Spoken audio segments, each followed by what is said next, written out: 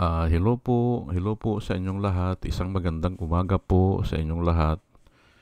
Ngayon po ay 3 ng Mayo 2025 at ang oras po dito sa Los Angeles, California ay alas 6:55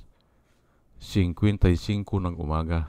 6:55 ng umaga, araw po ngayon ng Saturday, Sabado. At nais ko po mag-vlog mga kababayan, mga minamahal, patungkol po dito sa viral ngayon na ito si Kaupman, yung attorney ng mga Duterte, ay ang nilalakad niya ay yung walang jurisdiction daw ang ICC. Opo. Yan po ang nilalakad niya. O yan ang petition niya, o yan ang plea. O yan ang prayer niya na itong ICC ay walang jurisdiction sa kaso ni Duterte. Yan po ang title. Abogado ni Duterte na si Kaupman, nilalakad, walang jurisdiction ang ICC. Doon nga sa kaso ni Duterte pero ang masasabi ko lang diyan ay sayang ang bayad sa kanya. Kung yan lang alam niyo po, yang ganyang katuwiran lang po ng mga Pilipino yan. Opo. Dahil nga ang mga Pilipino ay madaling madala sa ganyang mga balita o sa ganyang mga patutsada. Madali silang madala sa mga propaganda. Pero sa ibang bansa, hindi pwede yan ganyan. O hindi yan ang nilalakad. Opo. Ang nilalakad nila dyan sa ibang bansa, yung pasubalian yung kaso. O yung mga charges ay ibaliwala. Pero hindi yung iki-question mo ang jurisdiction ng ICC o ng korte. Ay, okay, tatalakay naman natin yan, yun nga, ang masasabi ko, sayang lang ang ibinabayad. Kung hanggang ngayon, yan pa rin ang issue nila. Nakinupya nga lang yan, ay si Harry Roque nga nagsalita na kahapon o kaninang umaga, tinalakay na ni Insurrecto na nagpatutsada na si Harry Roque na yan na nga ang nilalakad din niya. Yan nga, style ng Pilipino po yan i-question yung authority mo o yung jurisdiction ng korte. Ganyan po O gusto nila kasi na bigyan ng confusion yung mga tao. Sa isipan ng mga tao, ilalagay nila yung confusion. Opo. Pero wala. Wala po yan. Si Jesus Christ din Si Jesus Christ tinanong din siya on what authority that you are doing this to us? Tinanong din siya So, ay hindi naman niya sinagot Hindi naman niya sinagot. Yung si Jesus Christ, hindi niya sinagot ng totohanan. Pakwan din ang sagot niya, parang padaplis. On what authority you are doing this to us? Yung nagpapagaling siya ng mga may sakit, nagpapalaya siya ng demonyo, at saka yung nangangaral siya. Ini-interpret niya yung mga batas. Ang batas kanya ay ganito yan. At maraming mali doon sa turo po ng mga Pariseo. Yung po ang nangyayari doon Kaya tinatanong siya, on what authority? Di ba? Ay ang sagot niya ay padaplis din. Sige, kanya, sasagutin ko yan, sabi niya. Sasagutin ko yan. Yang tanong nyo. Pero dapat sagutin nyo muna itong katanungan ko sa inyo. Yung baptism ni John, o si John the Baptist kasi nagbabaptize doon sa ilog ng Jordan. Doon siya nagbabaptize. The baptism of John, sabi niya, it is from God or from men. Yun ang katanungan niya na dapat sagutin muna ng mga tao na nagtatanong sa kanya. Na mga contrary people po yun. It is from God or from men. Yung baptism ni John the Baptist doon sa ilog ng Jordan. Ay nagtalo-talo sila. Kasi nga, kung sasabihin nila na from God, ay bakit hindi kayo sumusunod? Pag sasabihin naman nila na from men, ay baka sugudin sila ng mga tao. Kasi nga, doon sa ilog Jordan ay mga disipulo po ni Juan yan yung mga tao doon mahihirap at disipulo ni John the Baptist. Natatakot sila, nasusugurin sila. Kaya ang sabi nila, we do not know, sabi nila. Hindi namin alam kung saan galing yung authority na baptism ni John. Ay sabi ni Jesus Christ, ay hindi ko rin kayo sasagutin. Sabi niya, di ba? Hindi ko rin kayo kanya sasagutin. Kinikwento ko lang po kasi nga ito matagal na yan Talagang ganyan talaga mga issue. I-question yung jurisdiction. Kunyari, hindi ba? Para lituhin. Pero alam nila na mayroon na. Nakasulat na po yan. Written down na po yan in glory. Hindi ba? Supreme Court po nag-decide na dyan na ang ICC ay may karapatan o may jurisdiction dyan sa kaso ni Duterte. Dinesisyonan na po ng Supreme Court yan. Kaya nga nagtataka ako, bakit iyan pa ang tatanungin ni Kaufman? Di ba? Bakit niya tatanungin yan? Nakaukit na yan. At ang mga Supreme Court, bilang isang rule of law sila yan Kasi kung sasalungat sila sa rule of law, ay mawawalan din sila ng kapangyarihan kung sasabihin nila na walang kapangyarihan ng ICC. At yan po ang ipapaliwanag ko mamaya. Bakit ang Diyos mismo ay inaatasan ang lahat ng tao na sumunod sa mga authority. Ngayon kung sasabihin ng Supreme Court, pero hindi naman nila sinabi ang sinabi nila ay may jurisdiction ang ICC. Kasi kung sasabihin nila na walang jurisdiction, parang na nilang sinabi na kami mga Supreme Court wala kaming kwenta. Kasi pwede rin kaming baliwalain ng mga tao. Ganun po yan. Kaya nga, tama po ang utos ng Diyos at yan ang tatalakayin ko mamaya. Pero bago ang lahat po ay hayaan nyo muna na batiin ko po muna itong mga sumusubaybay sa atin at nais ko po silang pasalamatan. Ito po sila si Rosana Narumi ng Japan, Al Ulalya ng Bacoor, Pampanga. Salamat po sa inyong lahat. Libra Girl, Alex Sarmiento, Dolor Garcia ng Milano, Italy, Nana Antibi ng Bahrain, Will Utaib ng Laguna, Nelson Balyaran, Julia Magbanua ng Singapore, Andre Deliver, Arnold Pernan ng Cebu, Larry Narvaez, Josyalan, Elenita Sklapler ng Germany, Ben Puno, Leti Peralta ng Mamburao Occidental, Mindoro, Maribel Baligat Colio, Querticio, Jonah M., Rinaldo Abintino, Mel Herrera ng Ibaston, Illinois, Ernesto Aburque, Pleasure Eduarte, Hiasmin San Juan, Roman Di Paz,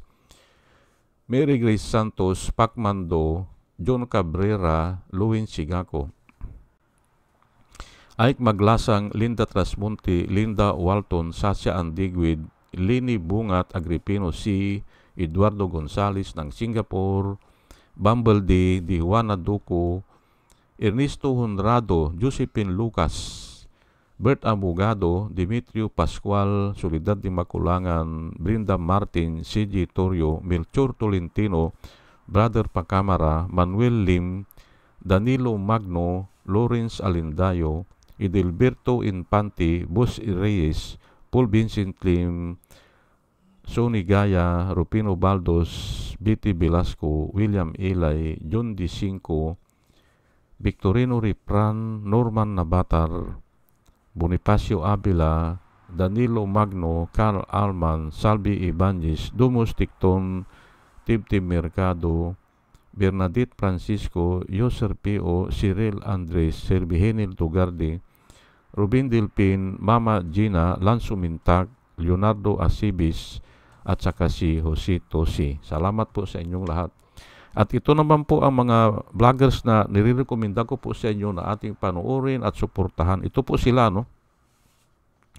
Si Michael Apasible Bulletin, Attorney Inso Ricto, Bunyog Pagkakaisa, Blancaster Armandin, Engineer Tuto Kaosing, Aling Marie, Mr. Sa Totoo Lang To, Christian Isgera, PMTGR Vloggers, The Action Man, Roy Japantoros, Divina Apostol, CG Pichay, Kapiha di Art at Ago, Demjus Journey, Kakamping ang Batas with Attorney Claire Castro, Kawaldi Carbonel, Attorney Silo Magno, at saka si Kristan.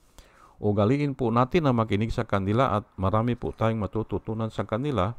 At nakikita ko po na sila ay nagbablog para sa ikabubuti po ng bayan. O sige po, at tayo po ay tuloy-tuloy na sa ating discussion. Ay natatawa na nga lang po ako dito sa nilalakad ng mga abogado ng mga Duterte. Ay dapat ang labanan nila yung hindi ganyan. Opo. Ay right away yan turn down yan kasi nga mismo si Duterte sumailalim na siya Nung una, nung tinanong siya sinong pangalan niya, ay dapat nun sinabi niya, ang answer niya dapat nun ay hindi ko nire-recognize ang ICC. Hindi ko sasabihin kung sino ako. Dapat ganun ang sinabi niya, hindi ba? Kung talagang yan ang kwan nila. Ay hindi sinagot niya saan siya nakatira, ilan ang edad niya, saan siya pinanganak, anong pangalan niya. Ay ang ibig sabihin niyan ay sumailalim na siya sa jurisdiction ng ICC. Opo. At ito noong si Minardo Guevara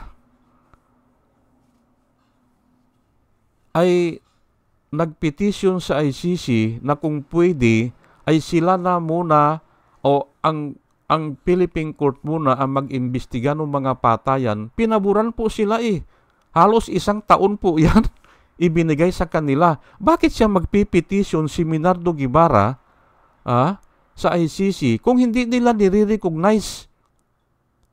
At pinaburan naman sila ng ICC noon. Ikinikwento ko lang po sa inyo pinaburan sila na sige, kayo na muna ang mag-imbestiga. Nag-imbestiga daw sila. Sige, ay nung hinanapan sila after a year hinanapan sila ng resulta, ay wala naman pala Naalala nyo ba yung mga kababayan, mga minamahal? Ako, tanda ko yan kasi nga may mga record ako niyan Opo. Ngayon, ang sabi po ng ICC, yung prosecutor doon, ang sabi niya ay dito sa mga record na pinakita nyo, hindi kayo seryoso. Yun po ang tamang word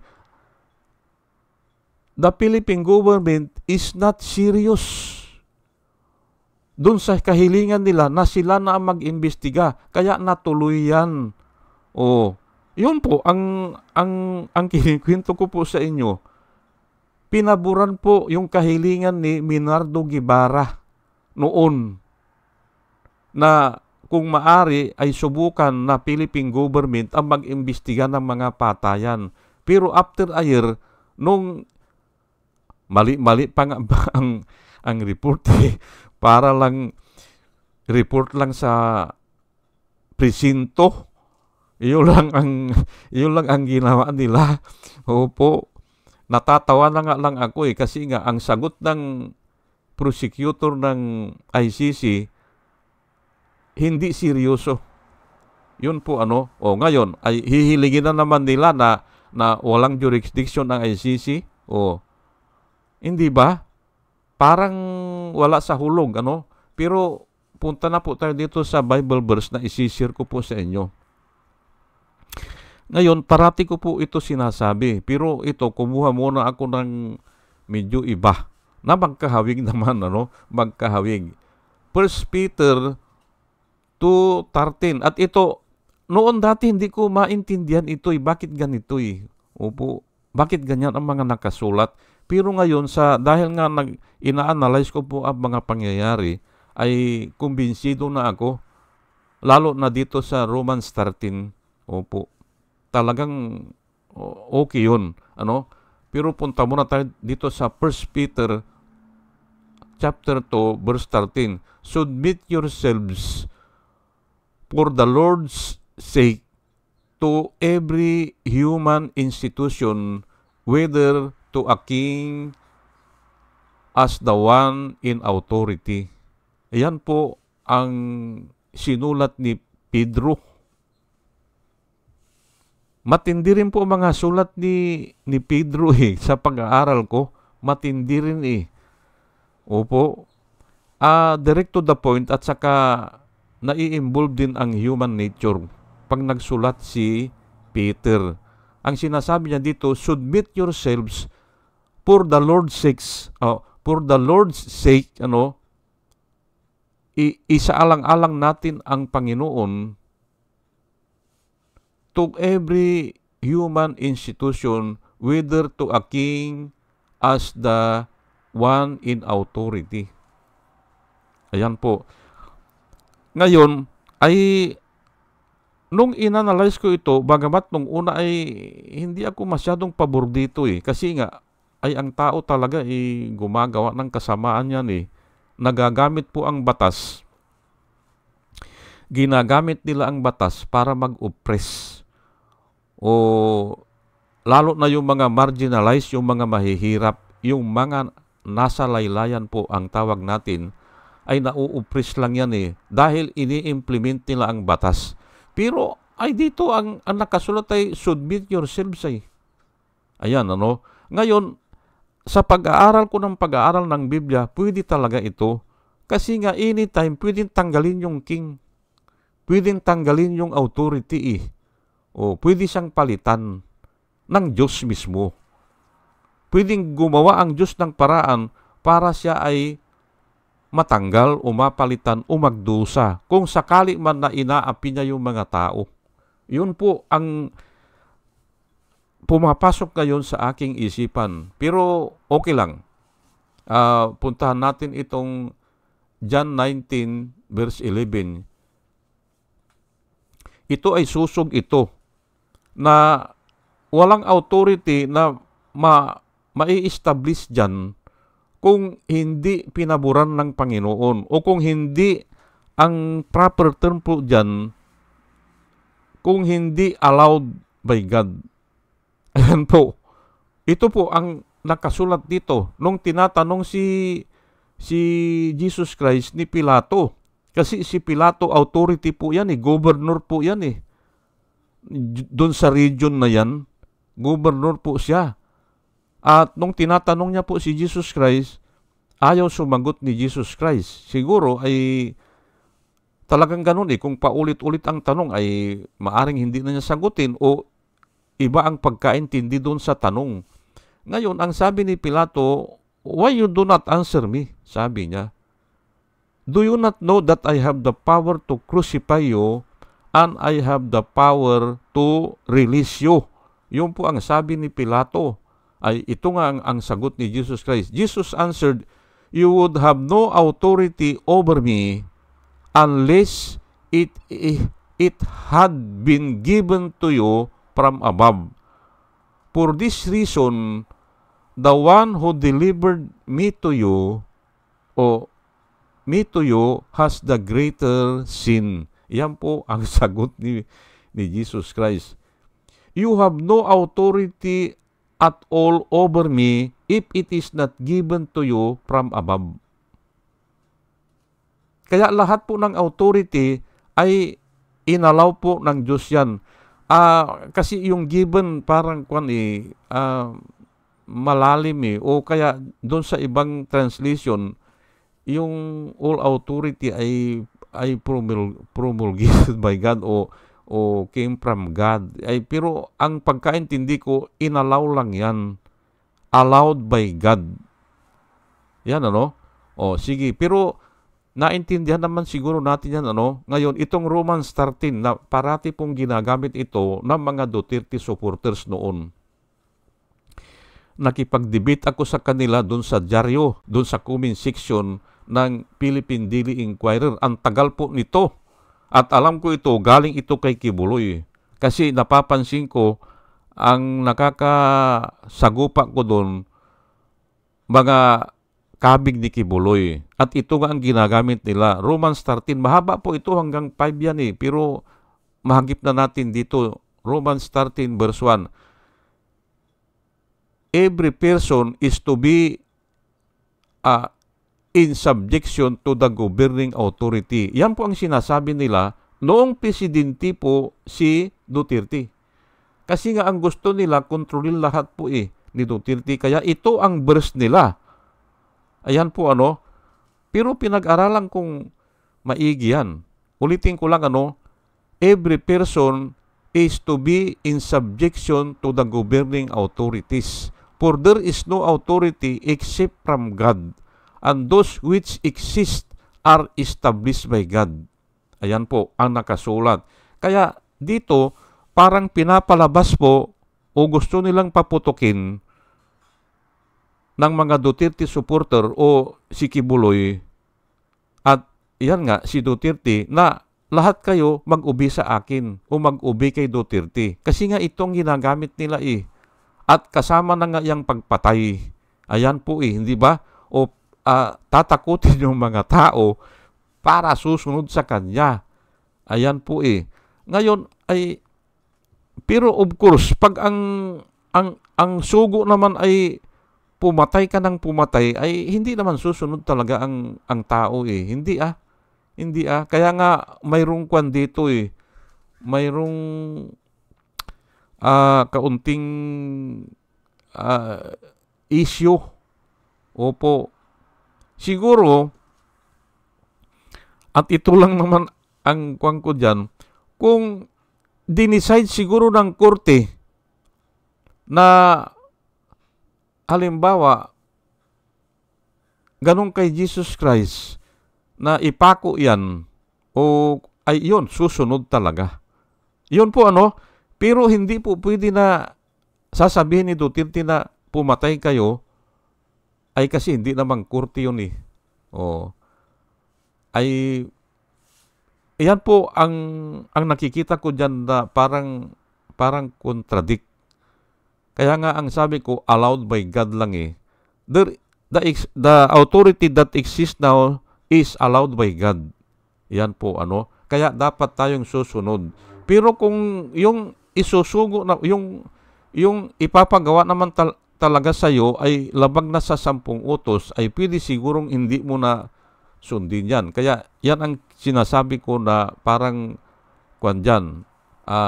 issue. Ganun pa man, kunin po natin ang nangyari kay Jesus Christ. Wala siyang kasalanan po No deceit was found in his mouth, and Jesus Christ commit no sin. Pero pumayag siya na ipako siya. Ayan po Dahil umaasa siya na may justice doon. Mayroong ang Diyos pa rin ang masusunod sa bandang huli. Yung po ang ibig sabihin nito. Yang Romans 13 na yan.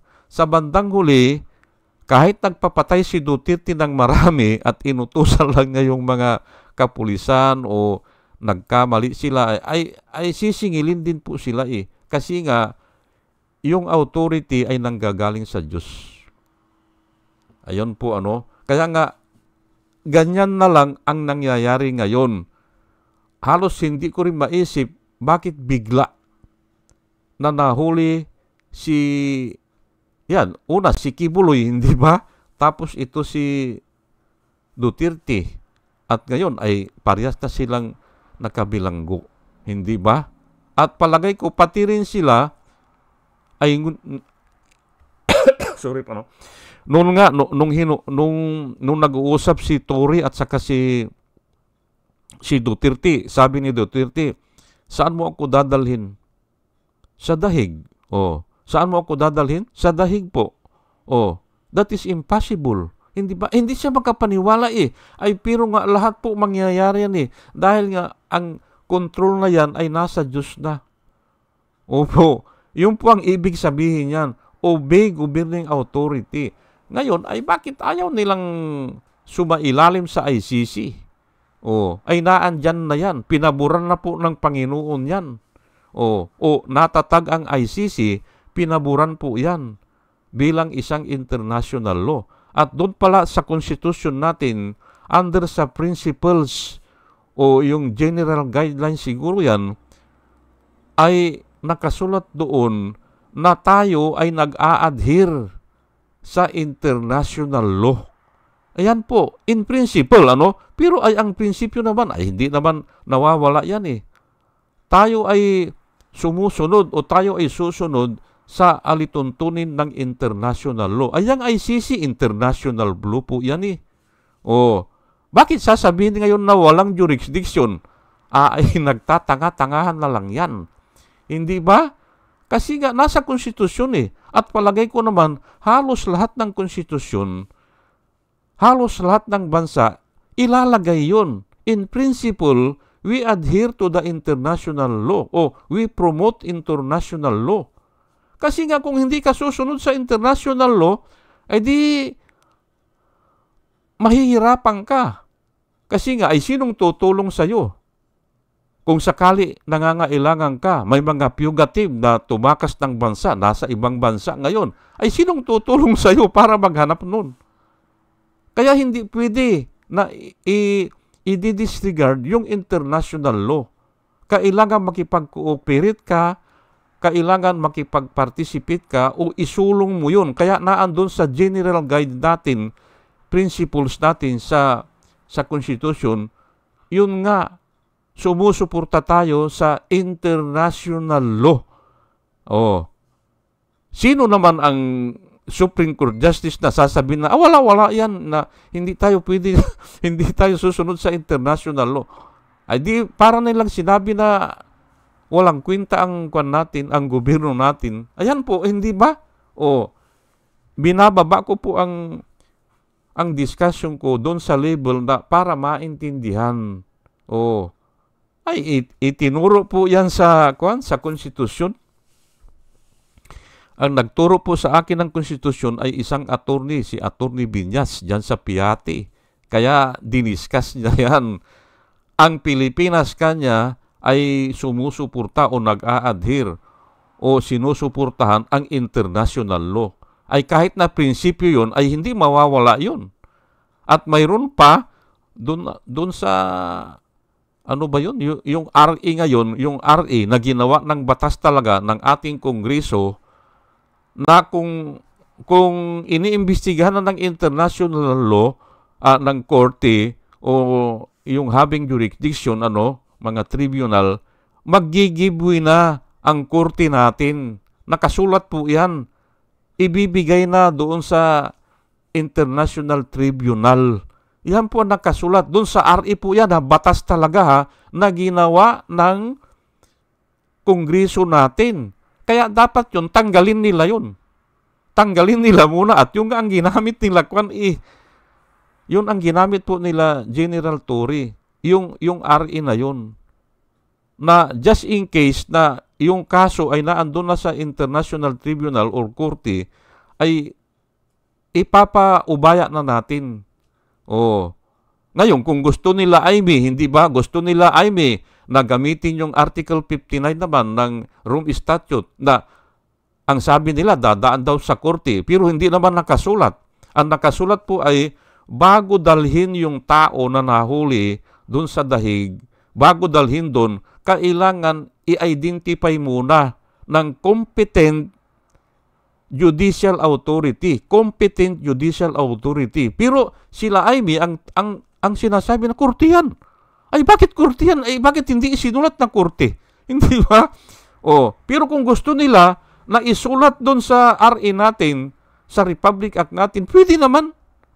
Nadadaan mo na sa korte kung huhulihin na si Bato de la Rosa. Hindi ba? At saka si Bongo o kaya si Sara Duterte, sila yan na frontrunner daw ngayon eh. Ang frontrunner daw ngayon ay si Sara na nahuhulihin. Adi, gawin nila ang batas na kung nahuli yan ay idadaan mo na sa korte. At sino naman ang korte na mag-decide dyan? Kung ang pag-usapan lang ay identity. Walang korte na mag-decide dyan. Ang magdi-decide din po ay ang NBI o ang pulis. Kasi nasa kanila ang record natin na mga tammark, na mga litrato, na mga yung mga kwan natin, mga dokumento, hindi ba? Nasa kanila yan. Hindi po judge. Kuminsan po kasi ang batas po ay common sense lang yan. Common sense lang po yan. Bakit dadalhin mo sa korte para i-identify lang si Duterte? Hindi ba? Common sense, hindi ma-identify yan ng korte. Ang korte is to, ano po ang trabaho ng korte? Is to, ano yun, yung pag-aralan yung batas? Yun ang trabaho po ng korte. To interpret the law. Hindi ba? Hindi po mag-identify ng tao. Ay ang nakasulat dun sa Article 59 po ng Rome Statute, Section 2, at letter A, is to identify yung nahuli nila bago dalhin sa dahig. Kabubuhan naman kung dadalhin sa korte. Pati nga si Attorney Libayan hindi na ako nanonood dyan Kasi sabi niya, korte yan, sabi niya. Korte yan, sabi niya. Pati kay Toto Kausi, hindi na rin ako nanonood kasi ang pinipilit nila korte. Ay bakit hindi isinulat na korte yun? Bakit ang isinulat ay competent judicial authority of the custodial estate? Ay tanggalin na natin yung custodial estate. Sige, Pilipinas na yan. Kasi sila ang nakahuli nasa custody nila Ay pero yung competent judicial authority, ay bakit papalitan? Yan po Hindi ba? At bawal po yan napalitan ang salita kasi maiiba talaga Ay pero yun ang ginagawa nila, hindi ba? Sige po, hanggang dito na lang po at dalayan ko po sa Panginoon sa ating pong pagkikinig ay nagkakaroon po tayo ng wisdom na nanggagaling sa Panginoon. At muli mga kababayan, mga minamahal, isang magandang umaga po sa inyong lahat at salamat po sa inyong pakikinig. Salamat po ng marami. Salamat po.